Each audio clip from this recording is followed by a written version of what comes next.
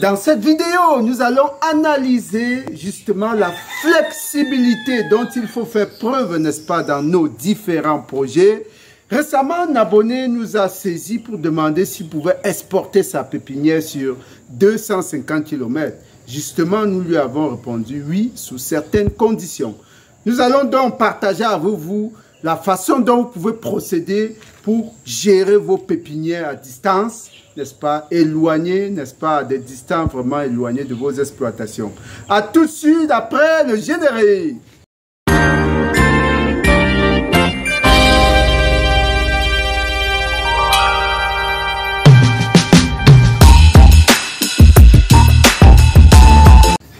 Une fois de plus, chers agripreneurs, bienvenue sur la chaîne des fonceurs, la chaîne des personnes qui veulent avancer malgré l'adversité. Si vous regardez cette chaîne pour la première fois, moi c'est Roméo Lado, agripreneur, apiculteur, coach, motivateur. Dans toutes nos vidéos, nous essayons de vous apporter justement du soutien nécessaire à la réalisation efficace de vos projets agro-pastoraux. Aujourd'hui, nous parlons de pépinière. Et là où le décor est déjà planté, justement, nous préparons, n'est-ce pas, la pépinière pour lancer le projet de la Passiflore en 2024. Donc, ici, nous avons un site qui est pratiquement à 50 km de l'exploitation et c'est tout à fait possible, justement, de réaliser la pépinière à domicile dans ce petit potager là que vous pouvez voir. Approchez la caméra.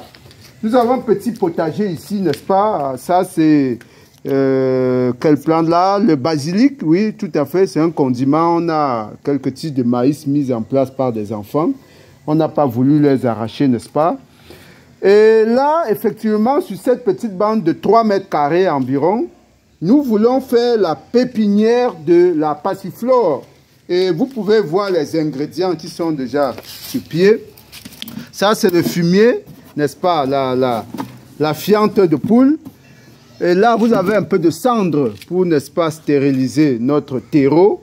Et là, vous avez justement la sémence. Ça, c'est la sémence de la Passiflore jaune. Et ici, c'est la sémence de la Passiflore violette. Voilà. Et là, à côté, vous avez de la paille, n'est-ce pas? Ouais, ça peut être des feuilles bananiers, des feuilles de palmier ou bien n'importe quelle feuille, n'est-ce pas? Ça permettra de couvrir l'espace de la pépinière une fois, n'est-ce pas, les graines éparpillées, les graines dispersées. Voilà. Alors, la procédure, c'est quoi? C'est que on prépare la pépinière, le moment venu, on la transporte sur le lieu de plantation. On va voir tout à l'heure les conditions, justement, pour faire le transport de la pépinière. Mais tout de suite, on va voir comment se déroule cette, n'est-ce pas, pépinière. Pour ceux qui ne connaissent pas, il vous suffit d'avoir une houe ou une pelle, n'est-ce pas? Vous bêchez votre espace correctement.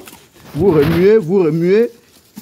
Et lorsque c'est bien fait, vous y mettez justement de la fumure bien décomposée.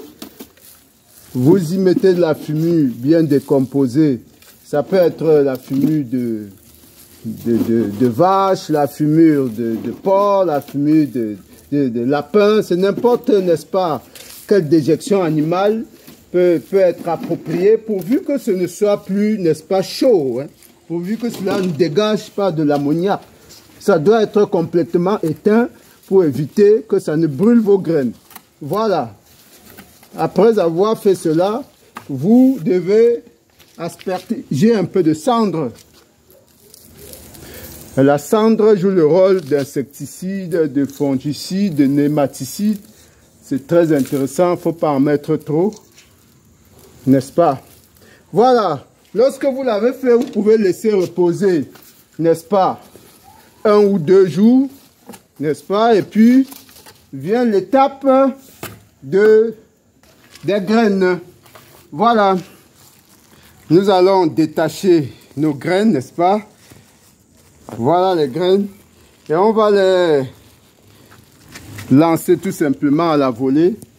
Ici, nous allons faire le semis à la volée.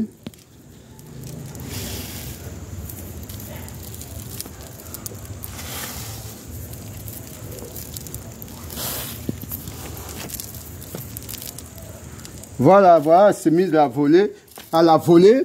Nous allons faire de même, n'est-ce pas, pour la variété violette. Mais nous n'en mettrons pas beaucoup parce que nous voulons privilégier, n'est-ce pas, la variété jaune. Nous allons mettre le violet sur ces petits espaces-là.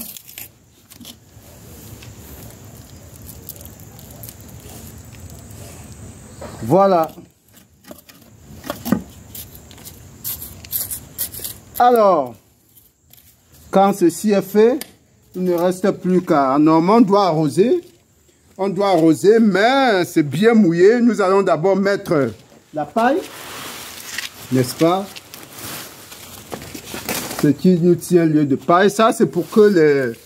Surtout qu'on est à domicile ici, c'est pour que les animaux ne puissent pas, n'est-ce pas, venir déterrer ou chercher à piocher par là. Il faut bien couvrir. C'est quand il y aura la levée. La passiflore met quand même 3 semaines. Hein.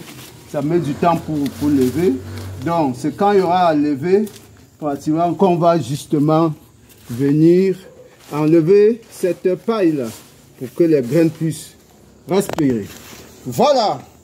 Alors, actuellement, donc, voilà la procédure. C'est très simple, c'est très facile. Qu'est-ce qui va se passer lorsque votre pépinière sera prête? C'est ici le plus important. On va faire un exemple là, tout à l'heure, vous allez voir. Vous pouvez prendre, ça c'est une feuille de taro, de macabo. Vous pouvez prendre une feuille de macabo ou bien contenant, n'est-ce pas, un peu plus grand que ça. Venez par exemple ici, vous allez voir.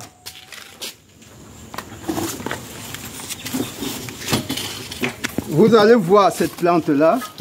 Je ne sais pas si vous remarquez de quoi il s'agit. Ça, c'est justement un plant de fruit de la passion qui était là depuis et qui est effectivement prêt à aller justement en terre ou bien dans les sachets.